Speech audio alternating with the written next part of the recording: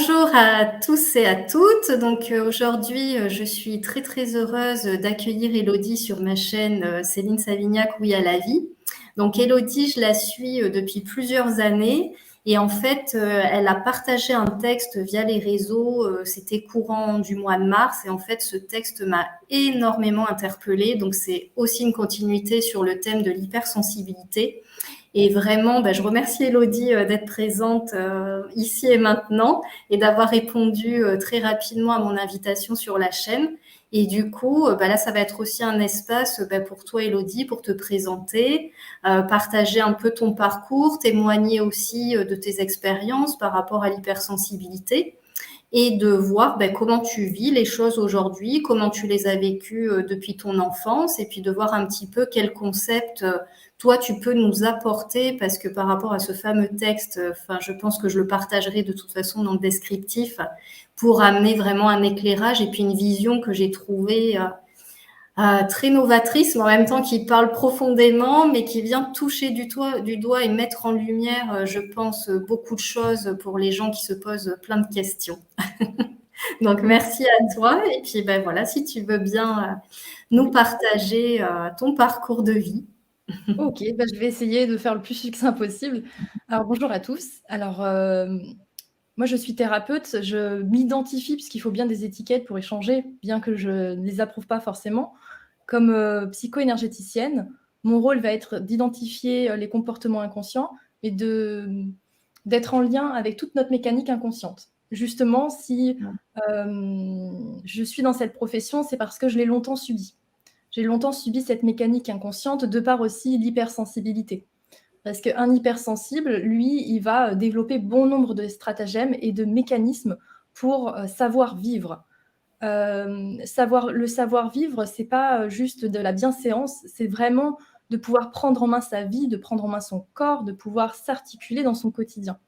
Et c'est un vrai chemin de croix de par l'hypersensibilité. Euh, L'hypersensibilité, pour faire référence au thème qu'avait pris, au texte qu'avait repris Céline, qu'elle avait particulièrement apprécié, la question tournait autour de et si l'hypersensibilité n'était pas si un hypersensible n'était pas un hypertraumatisé. Avant d'être connecté à l'hypersensibilité, c'est que en amont, il y avait probablement une source de traumatisme. Alors, je vais vous expliquer brièvement mon parcours et puis peut-être ça pourra aussi éveiller certaines lanternes. Donc, moi, j'ai pas grandi forcément dans un milieu qui était optimum. J'ai plutôt grandi dans un milieu qui a activé ma survie très tôt, dès la petite enfance, dans un milieu, on va dire, branlant, chaotique, violent, donc dans la petite enfance. Et je me souviens que très rapidement, j'avais développé bon nombre d'otites. Les otites allaient donc du coup mécaniquement créer un bouchon pour me prémunir, pour me mettre dans ma bulle en fait, ni plus ni moins, comme pour essayer de m'isoler de cette violence, parce que pour moi tout était agression. Je ne sais pas si je suis née hypersensible. Je pense qu'il y a des prédispositions génétiques et énergétiques aussi, des empreintes. Mais en tout cas, le milieu dans lequel j'ai grandi a favorisé l'hypersensibilité. Ce qui s'est passé, c'est que face au traumatisme, ma structure a développé une hypervigilance. Et cette hypervigilance a fait que je suis devenue très sensible au son. Donc à la fois c'est contradictoire, je me protège en fait en me mettant dans ma bulle, parce que j'ai développé une hypervigilance, donc il y a eu une hyperacousie qui a enclenché du coup des otites à répétition. Donc c'est tout un tas de mécanismes en cascade qui vont faire que c'est très dur de vivre en tant qu'hypersensible. Puis après, on va continuer à se déployer dans le quotidien. Donc en tant qu'hypersensible, on va être particulièrement agressé par toutes les interactions avec l'environnement, toute information, que ce soit de la lumière, que ce soit les sons, que ce soit les énergies, les émotions des gens, parce qu'on veut contrôler notre environnement, en fait. Et donc, il va y avoir naturellement une hyper-émotivité qui va se créer, comme si on était un peu écorché vif. Qu'est-ce qui va se passer de surcroît au fil du développement? Je parle toujours de mon histoire. Eh bien, il y a intérêt à ce qu'il y ait des référents parents qui soient vraiment aptes à pouvoir comprendre l'enfant et le prendre en charge. Alors, quand je dis ça, j'en veux pas à mes parents. parce qu'après, en ayant grandi dans un milieu familial par la suite qui était plutôt sain, mes parents, par contre, ben, c'est comme il y a, on va dire, 30 ans en arrière, on n'avait pas la connaissance réelle psychologique d'un enfant. On n'avait pas toute cette connaissance et cette éducation autour du développement de l'enfant. Et donc, ils ont pris mon mutisme peut-être pour de la timidité, etc. Et ils n'ont pas pu prendre en charge l'aspect émotionnel qui était particulièrement intense chez moi. Donc, il s'en est développé un atypisme, comme on peut le qualifier parfois, TDAH, je ne sais plus, il y en a toutes les sauces. Chez moi, ça a été plutôt des troubles autistiques, où j'allais être dans un mutisme particulièrement à l'école, et réellement, j'ai dû me mettre à parler vers les 12 ans à peu près. Et plus tard, on a mis le diagnostic sur le syndrome d'Asperger. Mais encore une fois, ce n'est qu'une étiquette. Mais si on regarde bien le syndrome d'Asperger, on en met l'étiquette dessus parce qu'il va y avoir suffisamment, on va dire, de tares et de difficultés qui font qu'on pose ce diagnostic-là à un moment. Mais en réalité, si on se réfère au syndrome d'Asperger, on va dire le spectre autistique, eh bien, on peut être nombreux à se ranger dans cette case parce que c'est ni plus ni moins le fait que de garder tout un tas de connexions neuronales qui ne vont pas s'élaguer à un moment donné du développement. C'est comme si on gardait tout un tas de connexions pour garder cette hypervigilance. Et ce qui fait qu'on va avoir de multiples capteurs et il y a des fonctions normales et cognitives où on va avoir des difficultés. On peut développer un syndrome 10, moi ça a été mon cas, de la dyslexie, enfin tout un tas de syndromes 10 d'ailleurs. Limite, quand j'ai passé le permis, c'est il ne fallait pas y avoir main gauche, main droite sur mes mains. Et donc, on va vraiment développer tout un tas de difficultés parce que c'est tout un bordel à l'arrière, c'est un sapin de Noël, ça s'active, on continue en fait. Et en fait, devenu adulte, donc ça a pu défavoriser l'enfant et l'adolescent en devenir dans son développement, ne serait-ce que dans l'insertion sociale parmi les autres pour qui c'est plus facile. Je me souviens en cours, les gens, quand c'était la sonnerie, ils rangeaient leurs affaires, tac, tac, tac, ils partaient. Moi, j'étais en mode, comment ils font pour aller vite? C'était vraiment... et puis, il me fallait un temps d'adaptation pour tout. Et vraiment, j'avais comme un retard en réalité, en fait. J'avais un retard Et par là, rapport tu à... t'en rendais compte à quel âge, en fait, que tu avais un mode de fonctionnement qui était un peu différent? Alors, je dirais qu'à 6 ans, j'ai vu de l'inquiétude dans l'œil de mes parents. On sent que on est un enfant en difficulté. Je dirais que j'ai vu l'inquiétude et je me suis dit, tiens, t'es pas normal. Je dirais que c'est à cet âge-là. Mais enfant, on va plus le percevoir dans le sens je suis décevant ou comme si je suis défaillant, plus dans ce sens-là. Je suis un enfant de Oui, mauvaise qualité. par rapport au regard du parent, finalement. Oui, c'est ça. Là, tu Ouais, te ouais, dis, tout je à fait. suis défaillant parce que le parent me regarde de cette façon, ou Oui, exact. s'interroge, en tout cas. Et même si le parent ne va pas le dire, on le perçoit en tant qu'enfant.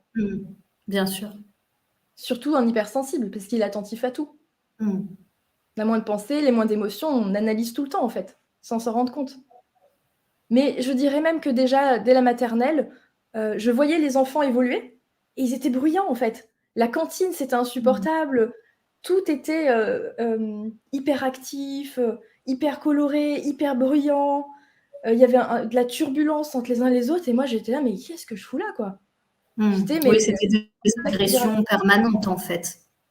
C'était des oui, c'est ça. agressions permanentes, oui. Tout à fait, c'est des agressions permanentes. En réalité, on va vivre des agressions soit directement ou indirectement de par l'environnement et on va développer une forme d'hypersensibilité qui va nous plonger dans un climat d'agression permanente.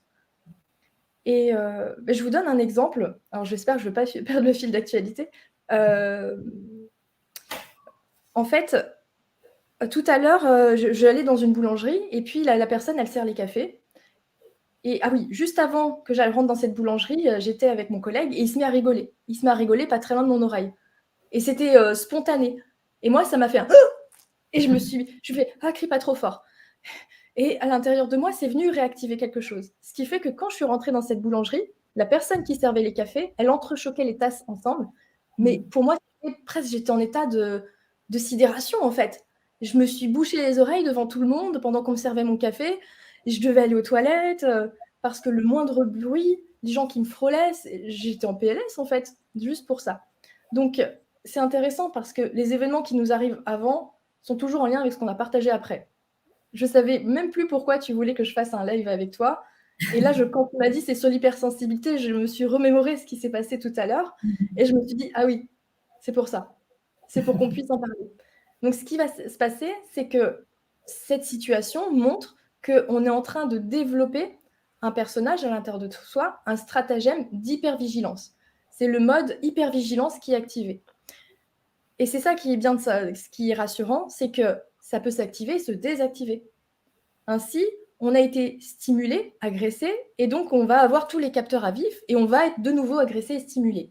La difficulté chez l'hypersensible, c'est que il est agressé et stimulé en permanence, donc tous les capteurs sont à vif tout le temps. Mais avec là, l'histoire que je vous raconte, ben, c'est la preuve que ça peut s'ouvrir et s'éteindre, en fait, cette hypersensibilité. Et c'est ça qui est important de savoir. Alors, comment on fait? Eh ben, c'est tout un processus, tout un parcours de connexion et de réhabilitation de soi, de se réapproprier soi, de prendre conscience et en considération que l'enfant agressé et traumatisé, il est en nous, et que nous, en tant qu'adultes référents émotionnels, on a la capacité aujourd'hui de se prendre en charge. Et ainsi, il suffit simplement, lorsque l'on voit que l'on est agressé, de prendre conscience que l'enfant traumatisé est en train de développer son arme de défense et de juste se parler. Et est-ce que c'est vraiment éteindre, parce que là tu emploies le terme éteindre l'hypersensibilité, je trouve ça très fort. Mais finalement, est-ce que c'est pas juste diminuer et devenir sensible sans être hyper, peut-être? C'est pas oui, effectivement, tu fais bien de me reprendre là-dessus, c'est pas le terme le plus juste. On va dire d'éteindre l'hyperréactivité plutôt, liée à l'hypersensibilité. Jusqu'à aujourd'hui, j'ai que 34 ans, je sais pas ce qu'il en sera plus tard, mais pour moi, on reste un hypersensible toute notre vie et je dirais même que ce parcours traumatique que j'ai eu et ce développement m'a permis de mettre en lumière cette facette de ma personnalité qui est l'hypersensible. Mais l'hypersensible ne va pas sans l'hypertraumatisé. Qu'il y ait eu des traumatismes initiaux qui ont enclenché ça, l'hypervigilance, en tout cas en tant qu'hypersensible, on va se faire agresser en permanence. On va se sentir agressé en permanence. D'ailleurs, en se sentant agressé en permanence, on va avoir une propension à attirer les agressions. On va avoir une propension à ce que ce soit vers nous que sont dirigées peut-être des attaques dans le sens, ça peut être des brimades d'enfants, ça peut être quelqu'un qui est agressif, eh ben, ça va être pour notre pomme. Au travail, on va avoir une propension à attirer l'humiliation, à attirer, comment on appelle ça, le harcèlement aussi. Et c'est vrai qu'on retrouve ça très fréquemment chez les hypersensibles, parce que notre vie intérieure cultivée va générer notre vie extérieure. Et le but chez un hypersensible, c'est de sortir du prisme de l'agression permanente. Quand on sort du prisme de l'agression permanente et qu'on prend conscience que nous, là, l'enfant, il est toujours vivant en nous, et qu'on est le parent, le référent émotionnel qui a la capacité de prendre en charge l'émotion de l'enfant, qui à l'époque était comme ça, eh bien, en fait, on se rend compte qu'on arrive à reprendre les rênes de notre vie en main et ne plus subir l'hyperréactivité. Oui, parce que finalement, au niveau de l'enfant, comme tous les canaux de perception sont hyper amplifiés, c'est le cas de dire, dans l'hypersensibilité, finalement, ça amène à ce que l'enfant n'ait aucune protection par rapport à l'extérieur. Oui. C'est ça, voilà. Et après, là, comme t'expliques, c'est-à-dire que c'est le parent, nous, l'adulte aujourd'hui, où on prend conscience de cet enfant à l'intérieur de nous, et que là, on est en capacité justement de le mettre en protection et de le sécuriser. C'est exactement ça.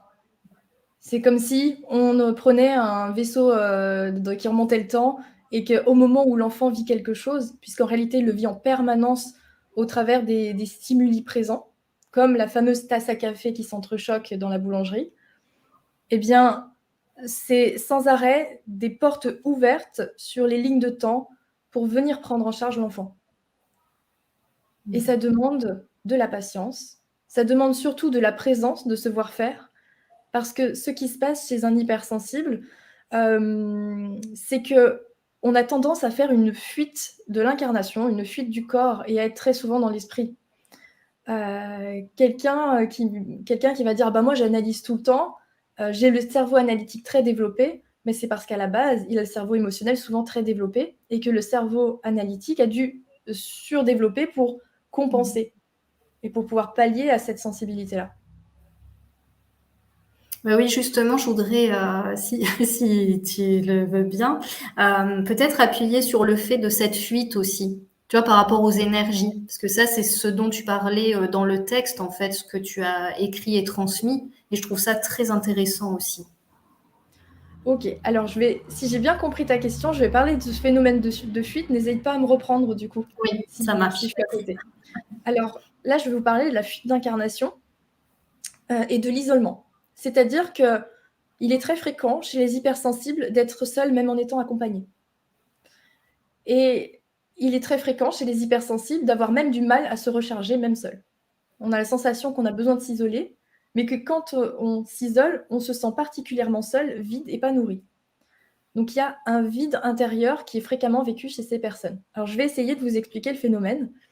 Eh bien, en fait, c'est un phénomène de dissociation qui se passe, une dissociation au corps, à notre corps, tout simplement. En fait, on va se désintéresser et se désinvestir des chakras du bas. On va à la rigueur être dans ces chakras-là, ces chakras du haut, le cœur et ceux d'en haut. On va être dans la sphère de l'esprit. Être dans la sphère de l'esprit, pour moi, ce n'est pas être que dans une personnalité mentale. On peut très bien manifester par l'esprit nos vraies pensées, nos vraies émotions, notre vraie essence âme. Mais sans pour autant vivre notre vie, vraiment être au devant de la scène. On peut avoir la sensation de vivre sa vie derrière une vitre. Et de vivre sa vie derrière une vitre ne nous prémunit pas de ces hyper-réactivités dues à l'hypersensibilité. La tasse à café, elle viendra toujours, qui s'entrechoque, viendra toujours vous mettre dans un état de sidération. Et par moment, on n'y échappe pas. C'est juste qu'en étant derrière une vitre, une part de nous se sent plus en sécurité, du moins l'enfant se sent plus en sécurité, et il va nous dissocier quelque part du vivant. Donc on est moins nourri d'énergie, effectivement, puisqu'on est moins présent. Et ce qui va se passer, c'est qu'on va avoir l'impression de se subir parce qu'on n'est plus aux manettes, aux commandes et à la lucidité de notre vie et de ce que le moi profond ressent. Donc, je vous donne un exemple. Je suis dans la boulangerie, les tasses s'entrechoquent, je suis comme ça, je vais être énervée, agacée, je ne vais pas savoir pourquoi. Peut-être je vais me rendre compte de la crise d'angoisse ou peut-être que je vais agresser mon collègue en parlant parce que il me rajoute un stimuli supplémentaire. Là, dans ce cas, je suis dans l'automatisme. Je ne me rends pas compte du comportement. Mais en réalité, ce qui se passe, c'est qu'il y a des émotions très fortes qui sont vécues intérieurement en permanence et qu'au moment où il y a quelque chose de fort qui se passe, une agression, une tasse à café qui s'entrechoque, c'est une agression, eh bien, nous qui avons pris toutes les prédispositions pour être derrière la vitre, ça ne marche pas. À ce moment-là, c'est des moments bénis où c'est une porte ouverte pour prendre en charge notre enfant, comme je disais. C'est des moments où on peut se rencontrer avec lucidité. Tiens, il y a une surréactivité émotionnelle. Il y a quelque chose qui se passe. Parce qu'en tant qu'hypersensible et être dissocié, on ne se rend pas compte de ce qu'on ressent vraiment. On ne se rend pas compte que, par exemple, l'ami qui nous a dit quelque chose, ça nous a touché, ça nous a blessé. Et du coup, on fait OK, ça va. On a l'impression que ça va. Mais l'enfant en nous, le moi profond, non, il souffre. Et il souffre d'autant plus que, c'est le serpent qui se mord la queue, qu'on n'est pas l'adulte référent pour prendre en charge ses besoins. Et on crée une dissociation encore plus grande, parce qu'il se sent seul, et il va souffrir encore plus, et on cumule de la tristesse sans s'en rendre compte. Le chemin de l'hypersensible, quand il accepte de reprendre les rênes de sa vie en main par la présence à lui et à l'écoute de ses émotions, il y a un cap qui n'est pas facile. Ce cap qui n'est pas facile, c'est que d'un coup, il passait sa vie derrière une vitre et la vitre diminue de plus en plus et il se rend compte que le moi profond avait des sentiments et des émotions. Et quand il disait oui, oui à quelqu'un, alors qu'au fond, il pensait non sans se rendre compte, il va se rendre compte que ça lui arrache les tripes. Et c'est pas agréable en fait. C'est pas agréable parce que émotionnellement, il va faire face à un tsunami qu'il avait toujours fui. Donc, ce que je pourrais conseiller, en fait, c'est que si vous avez envie d'être aux commandes de votre vie, de sortir de ce phénomène dissociatif, qui est quelque chose de récurrent chez l'hypersensible, eh bien, c'est déjà d'accepter d'être présent à ce que vous vivez, de vous rendre compte de toutes ces opportunités à chaque fois qu'il y a une hyper-réactivité émotionnelle et de venir toucher la zone où il y a eu l'hyperactivité. Parce que, en tant qu'être anesthésié, ce sont les seules opportunités qui vous montrent qu'il se passe quelque chose. Et d'à partir de là, toucher ce corps qui est votre fil conducteur à cet enfant et ce moi profond que vous êtes. Et lui dire, je suis là. Et on se rend compte en étant attentif et présent, en disant, je suis là, juste en respirant, il se passe quelque chose. Il y a une réorganisation. Peut-être un apaisement, peut-être une montée de tristesse, mais on se rend compte qu'il se passe quelque chose, on se dit, waouh, je suis pas tout seul ou quoi? Si, en fait, on est là, justement, là, on est là. Et en créant ce lien de plus en plus souvent, on va amenuiser cette vitre dissociative et on va du coup avoir de plus en plus de lucidité émotionnelle. Et ça peut être au début des marasmes émotionnels. Ça peut nous serrer le bide, ça peut nous plonger dans la peur, ça peut nous pétrifier parfois, ça peut nous mettre dans la colère. Ce n'est qu'un passage. C'est le temps qu'on régule toutes ces charges émotionnelles cristallisées de l'enfant et qu'il vit en permanence.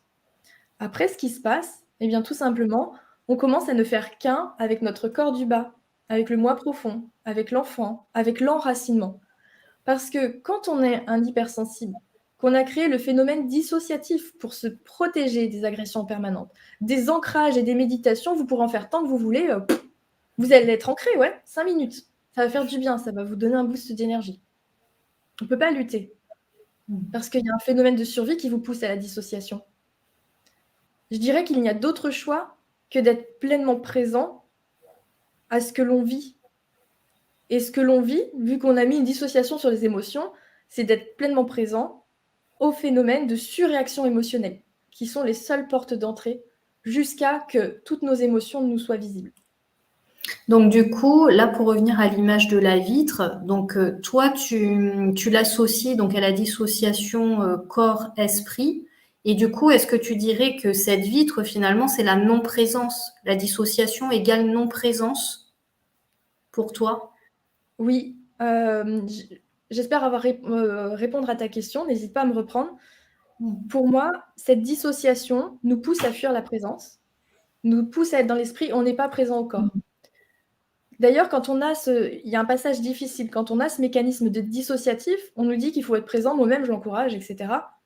C'est très dur au début d'être juste posé dans le corps et d'être présent, dans l'instant présent avec nous. C'est très très dur parce qu'il y a une part de nous qui nous dit tu vas te faire agresser, attention, reste derrière ta vitre. Parce que dès cet instant, qu'est-ce qui se passe? Il n'y a plus de barrière entre le dedans et le dehors. Il n'y a plus de barrière entre l'esprit et le corps. Ça veut dire que, ok, on a toujours le mécanisme de la vitre qui est en place, mais dès lors où on est instant, c'est comme si tous les mécanismes de défense n'existaient plus. Après, dès qu'on quitte la présence, si on n'entretient pas régulièrement cette relation à soi, eh bien la vitre, elle revient. Oui. Ma vitre revient parfois. Ma vitre revient et par contre, ce qui a changé, c'est que maintenant, je me vois faire. Quand ma vitre revient, que je me vois être trop dans l'esprit, je me vois être irritable, par exemple. Je sais que ma vitre est revenue. J'ai peut-être pas fait attention. Pourquoi elle est revenue? C'est peut-être un chien qui m'a frôlé, c'est peut-être un chien qui m'a aboyé dessus. Tu sais, quand on passe les Trouën, là, ça c'est ma hantise de marcher dans une rue. J'ai envie de marcher sur la route. Parce que tu sais pas à quel moment il y a un chien qui va t'aboyer dessus, en fait. Et ça, quand on est hypersensible, en fait, on se rend pas compte, mais c'est un stress. On se dit juste, je marche dans la rue. Mais en réalité, il y a une part de nous qui est là, non, je vais me faire agresser, en fait. Même si c'est juste un waouh, waouh, waouh. Et on sait qu'il va pas nous mordre. Mais c'est vraiment, on a peur de cette surprise parce que c'est tellement intense que c'est vécu comme une agression. Et donc, je me suis pas rendu compte que j'ai recréé ma vitre. Je vais m'apercevoir cependant de mon irritabilité, que ça tourne en boucle, que j'arrive pas à dormir, que j'arrive pas à me poser. Et là, je me dis, tiens, t'as remis ta vitre. Ou qu'il y a quelqu'un qui me dit, par exemple, qui me dit quelque chose qui me touche, que ce soit en positif ou en négatif, et moi, je vais être en mode, En mode distance, je me dis en mode petit robot, je me dis: «Tiens», ou déconnecté, tu as remis ta vitre. Donc qu'est-ce qui se passe si on remet sa vitre? Eh bien, c'est de se parler à soi. C'est ni plus ni moins que l'enfant en soi qui a remis ce système. Donc dans ce cas, je me pose moi souvent si je ressens aucune sensation, tout à l'heure je donnais l'exemple avec une surréaction émotionnelle, là je vous donne l'exemple avec: «Tiens, je suis à fond dans le mental». Donc je vais me toucher le cœur et je vais me toucher le ventre. Parce qu'en fait, le ventre, c'est ici que quand on est posé, on se sent soi en soi. Et le cœur, c'est l'espace de connexion et de communication. Et là, je parle à mon enfant, je lui dis: «Je sais pas pourquoi, mais je te vois avoir remis la vitre. Tout va bien. Je te demande juste d'être présent». Bon, on dit ce qu'on veut, hein. Je te demande juste de revenir en harmonie et de quitter la sphère de l'esprit.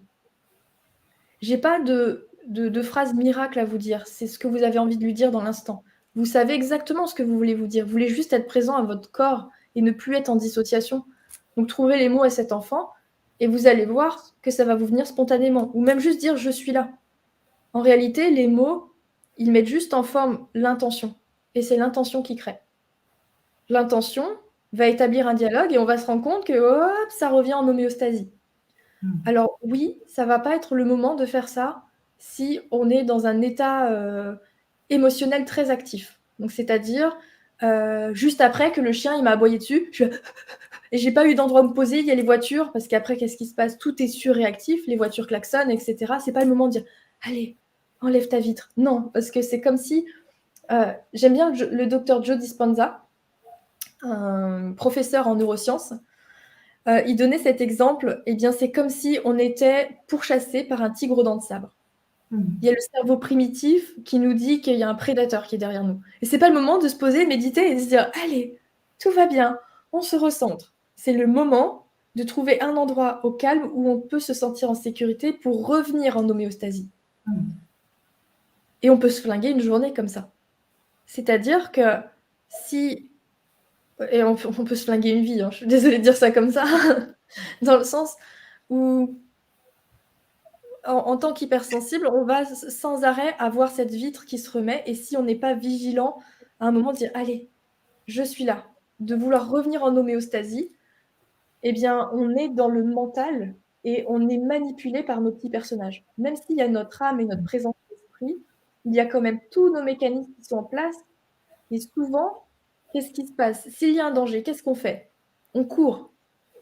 Si on veut fuir la présence, qu'est-ce qu'on fait? On est dans le faire. Eh bien, on passe dans notre vie à courir et à être dans le faire, sans jamais être vraiment présent dans ce qu'on fait, même si ça nous plaît. Parce que c'est un mécanisme de défense.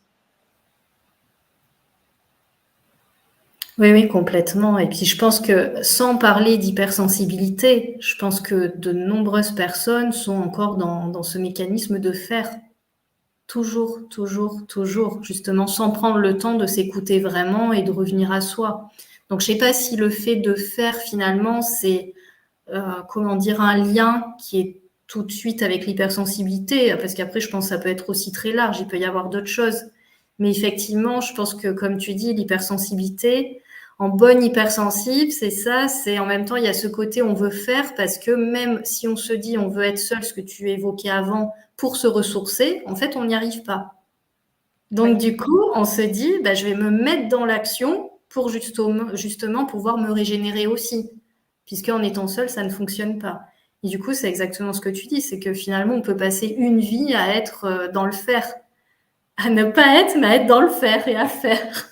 Ouais, c'est ça. Et on peut faire des missions de vie, très honorables, et être quand même dans le faire et pas être vivant.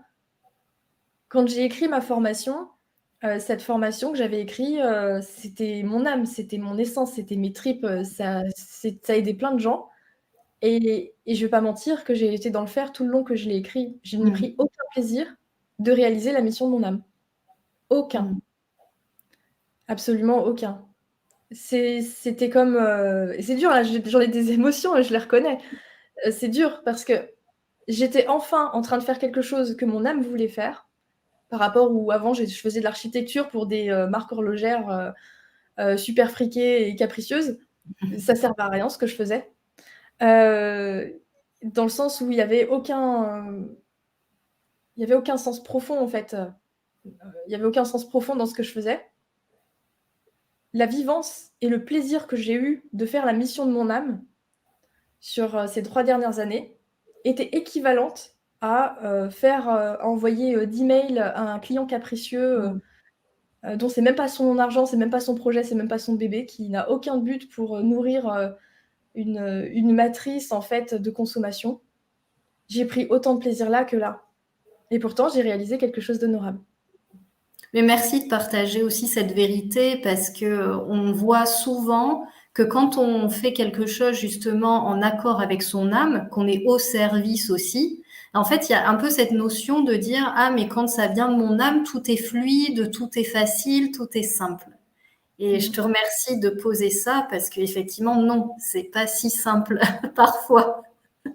Ça peut être facile de suivre l'élan parce qu'il y a l'élan qui est là et c'est OK. Mais en même temps, de mettre en place les choses dans la matière, ben parfois, oui, ça coûte aussi beaucoup d'énergie. Ça demande, oui, d'avoir aussi une endurance qu'on n'a pas forcément. Enfin, comme tu dis, il y a un moment donné, c'est être au service et parfois, on peut ne pas ressentir le plaisir à des instants comme ça. Donc ça, je te remercie aussi de le partager parce que dans la spiritualité, moi j'entends énormément ce discours. Hein. Ah mais si, on suit l'élan du cœur, l'élan de l'âme, tout est fluide, tout est simple, tout est facile. Mais non, parce que justement, on est quand même dans une densité, on est incarné, donc avec aussi tout ce qu'il y a autour de nous. On n'est pas les seuls à gérer aussi toutes ces vibrations-là. C'est quand on s'éveille à la spiritualité, c'est bien, on va être connecté plus à notre essence d'âme et on va pouvoir faire un projet qui est très honorable, qui peut aider plein de gens, vraiment faire quelque chose de très concret qui va aider plein de gens. Mais c'est pas pour autant que ça va être fluide et que notre vie, elle va être... Et c'est souvent pour ça, il y en a qui disent, et moi-même, hein, je disais, mais c'est pas possible, j'aide plein de gens et ma vie, elle est merdique. Ben oui, regarde ta vie intérieure, super, t'as fait plein de trucs trop bien. Et maintenant, tu regardes ta vie intérieure, donc c'est forcément que la vie extérieure, elle va te renvoyer ce que tu cultives à l'intérieur. Mais c'était pas dans le sens punitif, c'était juste une synergie en fait. Et c'est pour ça aussi, j'avais écrit d'autres articles, notamment celui de lâcher la mission. C'est super, on a une mission, on a un projet, ça va aider plein de gens, ça aide plein de gens peut-être, mais de lâcher l'aspect mission, dans le sens c'est ma mission, je dois aller jusqu'au bout, où on se met la rate au courbouillon, pour déjà pour que notre vie ait un sens, pour sauver les autres, pour ci, pour ça. Même si c'est notre âme qui nous insuffle le projet et que ça a vraiment des vertus autour de nous, il faut lâcher l'aspect mission parce que sinon, nous, on récolte et on vit la même merde qu'avant notre vie où on était éteint ou pas spirituel ou que notre travail n'avait pas de sens. Oui, puis ça peut aussi venir nourrir le personnage qui va endosser une belle cape et puis qui va se faire croire que il est missionné pour ça et que s'il fait pas ça, ça ne va pas. Oui. Alors que je pense qu'on est au-delà de la mission en soi. Effectivement, et ce personnage-là, ça peut être une fuite aussi. Parce que, qu'est-ce qui se passe? Effectivement, en étant en dissociation, on va vivre un vide intérieur, en n'étant pas présent à soi, et du coup, dans l'incapacité vraiment de se nourrir soi. Et du coup, on va être dans le faire pour se sentir exister, parce que ce ne sont pas exister par soi, tout simplement. Et on est dépendant et addictif de missions spirituelles. Je ne dis pas que ce n'est pas honorable de ne pas faire la mission de son âme.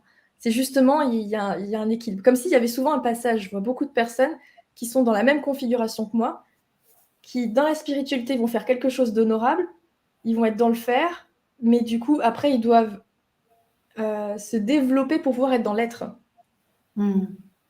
pour que la mission d'âme, elle soit vécue. Alors là, je me suis un peu perdue dans le fil. Ouais, mais je crois que j'ai tout dit. Ouais, merci beaucoup, Élodie. Enfin, vraiment, je trouve très, très riche cet échange. Et puis, peut-être justement aussi, je voudrais qu'on revienne là, encore une fois, par rapport au texte, tu vois, par rapport à la médiumnité. Alors, ça rejoint là, un petit peu ce qu'on vient d'évoquer, mais aussi cette recherche. Alors, voilà, parce que moi, ça me fait forcément écho parce que je suis aussi canal, tu vois, je peux me nommer comme ça, donc en réception aussi de messages, d'informations diverses et variées. Et c'est vrai qu'il y a un moment donné, c'est là où on se dit, mais à quel moment je suis vraiment là, droite dans mes bottes et bien ancrée aussi. Et est-ce que je suis pas trop justement dans cette sphère beaucoup plus finalement de l'esprit? Alors comme tu dis, c'est voilà, il y a des choses qui passent et c'est OK. Mais c'est vrai que tu vois, après avoir lu ton texte, moi ça m'a fait écho parce que je me suis rendu compte que oui, bien sûr, ça m'avait servi également de fuite. Oui. Clairement, clairement. Et je dirais même plus, ça a servi de fuite et ça a aggravé le problème aussi. Mm. Si on va pas vers ce chemin intérieur de réconcilier avec cette part de soi, comme je le disais en début, on va fuir, exactement dans être canal, etc. Et qu'est-ce qui se passe? On développe nos canaux de perception. On développe notre hypersensibilité. Notre médiumnité n'est ni plus ni moins ça. On va entendre des sons qui n'existent pas, voir des trucs qui... Pas qui n'existent pas, ils existent, hein, ces sons, mais ils sont sur un plan plus subtil. On va se connecter à toute une dimension supplémentaire et la dimension subtile de la réalité. C'est comme si on voyait toutes les fractales dans un son, dans une couleur, etc. Donc on développe nos canaux de perception et on vient aiguiser nos couteaux et nos outils de l'hypersensibilité et de l'hyperréactivité qui va avec. Donc effectivement, tant que ce chemin il n'est pas intérieur, c'est bien, c'est honorable d'être canal, parce qu'on a besoin de canal, on a carrément besoin de gens comme toi. Moi aussi, je suis dedans, puisque je suis aussi dans la médiumnité, puisque je vais me servir de mon intermédiaire pour aller voir les parts inconscientes. On a besoin de gens comme ça.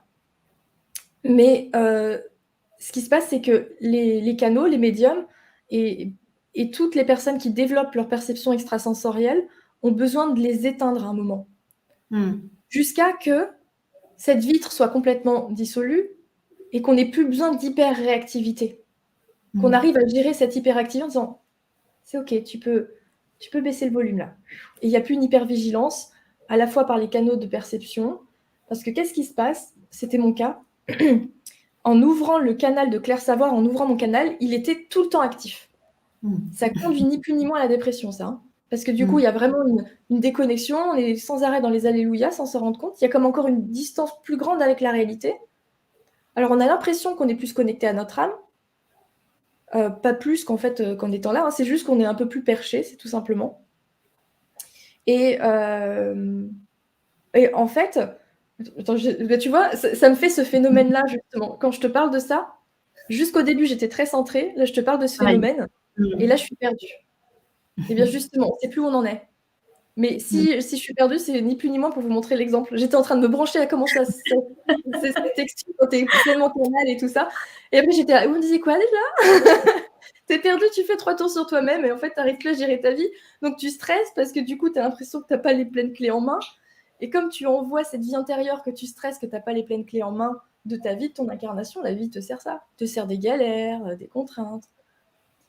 Et en plus, t'es moins connecté à l'énergie tellurique, donc ça crée une espèce de décompression et de dépression, ni plus ni moins, des moments avec des vagues à l'âme, énergie un peu basse. Oui, moi, tu vois tu vois ce que je pouvais ressentir aussi. Alors là, je dirais depuis 2-3 ans, tu vois, moi, c'est aussi en train d'évoluer dans mon énergie. Mais c'est vrai que, tu vois, j'avais un peu, je pense, aussi cette mission que je me donnais d'être au service. Tu vois, de servir le collectif en recevant les messages et en faisant passer les informations, etc. Ce qui m'était donné d'être transmis. Et c'est vrai qu'il y a un moment donné, c'est comme si là, j'ai eu un switch où on m'a dit, mais à quel moment tu es à l'intérieur de toi? Tu es aussi toi avec toi-même, à la rencontre de toi-même. Et en fait, je me suis rendu compte que finalement, ben, j'y étais pas souvent du tout parce que j'étais dans une espèce de suradaptation aussi à l'autre. Donc ça, sur un autre plan, mais qui avait quand même ce côté de dire oui, voilà, je canalise, je reçois des messages. Finalement, tu sais, j'avais vraiment cette impression que ça me mettait en protection. Tu vois, aussi de dire simplement de dire ça, je me disais hop, en posant ça, je suis protégée. Sauf que oui, certainement d'une certaine façon, mais j'étais peut-être moins centrée, tu vois, moins alignée dans la présence, justement. Et je vais dire une expression parce que je suis assez dans le franc-parler, ça fait mal au cul de s'en rendre compte. Ça fait mal Oui, au cul de oui, je s'en peux rendre te dire, compte. oui, c'est ça. Quand tu te dis, tu arrives dans la spiritualité, tu trouves un sens à ta vie, tu arrives à accomplir ta mission d'âme et tout, et 3 ans après, parfois plus pour certains, on se rend compte que en fait, c'était ni plus ni moins ça. Ben oui, c'est ça. On se dit, ah ouais, j'ai quand même, pas que je me suis trompée de chemin, parce que ça faisait partie du chemin, Mais on se dit: «Ah bah là, j'ai été dans le faux quand même». Ouais. Tu vois, moi, il m'a fallu 40 ans pour m'en rendre compte. J'ai eu 40 ans l'année dernière, mais ça fait 40 ans que je fonctionnais comme ça. Parce que depuis enfant, j'avais déjà les perceptions. Parce que tu vois, comme tu disais, l'hypersensibilité, on l'a depuis très longtemps, depuis Ouais. presque toujours, en fait. Voilà, on ne devient pas hypersensible en se réveillant un matin comme ça. Enfin, c'est pas ça. Et c'est vrai qu'il y a ce côté, moi, voilà, la spiritualité était toujours une sphère omniprésente dans ma vie, depuis enfant jusqu'à 40 ans. Et c'est vrai que là, alors oui, depuis 2, 3 ans, mais vraiment l'année dernière, j'ai senti que là, il y avait un switch et qu'on me disait, mais c'est pas que tu t'es planté, c'est pas ça, parce que voilà, t'es allé dans des choses, c'était important de les vivre et c'est ok. Mais c'est comme si on me disait maintenant, c'est revenir à soi pour faire les choses différemment. Et ouais. Et en même temps, tu vois, là, ce que je ressens, c'est en faisant les choses différemment, mais du coup avec plus de puissance d'une certaine façon, plus d'alignement. Exactement. D'aller au lieu, tu vois, d'avoir le mental qui va venir s'en mêler aussi, tu vois, pour peut-être beaucoup parler, être dans le blabla. Et finalement, c'est comme si aujourd'hui, on me montre, tu vois, directement les choses. Et on me dit, mais il y a plus d'alimentation du mental, en fait. C'est, tu vois, quand tu disais, voilà, on voit comment dire, les choses aussi qui se trament chez l'autre. Il y a vraiment comme si on voyait un schéma, enfin, en tout cas pour ma part, tu vois, c'est vraiment ça, comme si je voyais un petit peu la trame sur laquelle s'est construite le personnage, tu vois. Oui. Alors qu'avant, j'avais des infos, mais c'est vrai qu'en plus, dans le langage un peu spirituel, quand on capte, moi, je sais que parfois, c'était beaucoup amené sous forme de métaphores. Donc, c'est vrai que finalement, tu vois, je sentais qu'il commençait quand même à y avoir un décalage entre le message et là, ce qu'il en est réellement ici, Ouais. dans l'incarnation. Et là, je me suis dit, oui, il y a quand même quelque chose qui est moins en phase. Et là, tu vois, depuis quelques mois maintenant, ouais, je dirais 6, 9 mois, où là, tu vois, je sens que justement, il y a eu une évolution parce que c'est comme si on me montrait l'essentiel, tu vois. Et c'est plus, ah oui, je vais aller voir, je vais essayer de voir, nanana. Non, en fait, il n'y a plus à essayer. C'est bim, c'est là, et hop, on y va direct. Et tu vois, il y a ce côté comme si, alors je sais pas si toi tu le vis aussi, mais justement, de par l'hypersensibilité, moi je trouve que la force que j'en ai aujourd'hui, c'est que, tu vois, c'est presque comme si j'ai plus besoin de parler. Comme si la personne n'a pas besoin de me parler, Oui. tu vois, donc parce qu'il y a des fois, suivant les expériences de vie, il y a des choses, c'est pas évident, tu vois, de mettre des mots, etc. Et je Ça trouve passe que, plus par le mental. voilà. Et en même temps, c'est aussi cette hypersensibilité qui nous permet d'être connectés à l'autre de cette façon. Il y a un point que tu as dit qui est super important. Et ben, en fait, de lâcher le canal, de lâcher la fuite dans la spiritualité, dans ces canaux de perception, à vouloir les ouvrir plus, tu accèdes à ta puissance. Parce qu'effectivement, tu descends en bas. Et là, on accède vraiment à, disons, en faisant ce chemin intérieur et en lâchant de développer les perceptions, parce qu'on fait le chemin inverse, hein. Quand on va dans la spiritualité, souvent, Mhm. on veut développer toutes nos perceptions extrasensorielles, tu vois. Alors qu'au contraire, on doit aller vers l'intérieur, vers le corps. Et par notre expérience respective, parce qu'apparemment on a la même, d'être allé d'abord dans les perceptions avant d'aller vers le corps, j'espère que ça va permettre un raccourci pour certaines personnes, et c'était aussi pour ça qu'on est passé par là. Bien sûr. Mhm. Et on accède à notre puissance. On accède à notre puissance et la justesse du présent qui vous donne toutes les informations dont vous avez besoin, et parfois ça passe par le mental. Mhm. Je voulais revenir sur quelque chose aussi, un truc intéressant où tu as dit euh, que des fois on était un peu l'autre. Chez les hypersensibles, on est un peu Mhm. l'autre, ça nous permet de le comprendre. C'est très pratique quand on est thérapeute. Il faut bien savoir s'y débrancher et se reconnecter à soi. C'est pourquoi il est intéressant quand on est hypersensible et thérapeute de faire ce chemin intérieur et de pouvoir se parler à soi en disant allez, je me recentre, je suis plus l'autre. De récupérer les rênes pour avoir un peu tous les boutons en main. En fait, il se passe quelque chose, c'est que de par ce phénomène dissociatif, on est vide. Il y a un Mhm. vase, il y a un vase vide. En fait, c'est comme si notre soi intérieur, cet espace du plexus sacré, il était vide. Et du coup, on peut déjà venir se faire picorer, on est perméable, on nous prend de l'énergie. Et en plus de ça, c'est comme si on ouvrait et on s'est laissé traverser par toutes les informations de l'environnement parce que ça nous remplissait. On ne s'en rend pas compte. Mhm.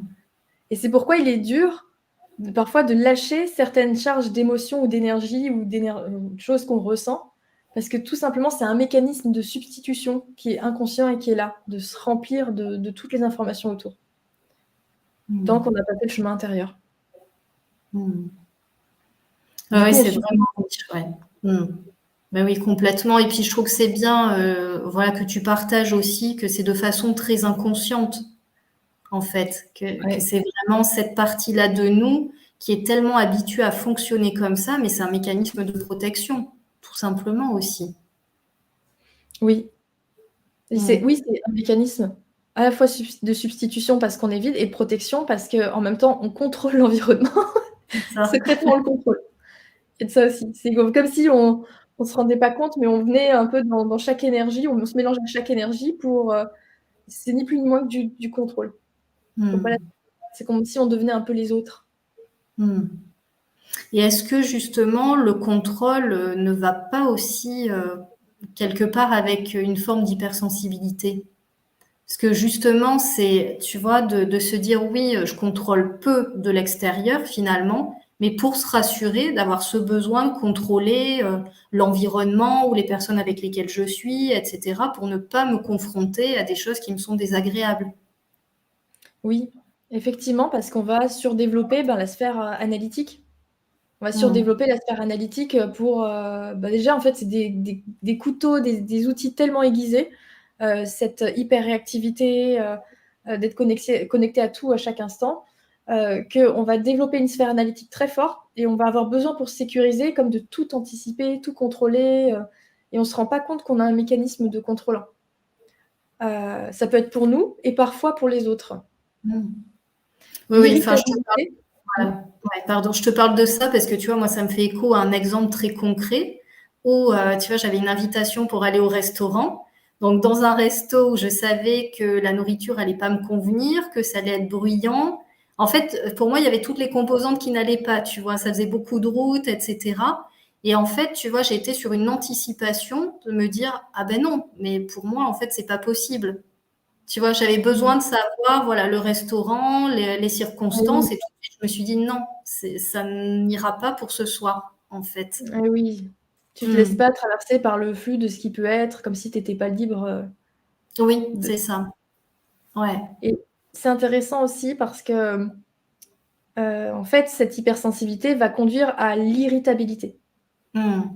J'ai remarqué que chez beaucoup d'hypersensibles, on va devenir irritable parce que les conditions sont pas optimum et parce qu'on n'arrive pas à contrôler, en fait, secrètement. On n'arrive pas à contrôler le bruit et la nourriture, tu vois, pour ça, par exemple.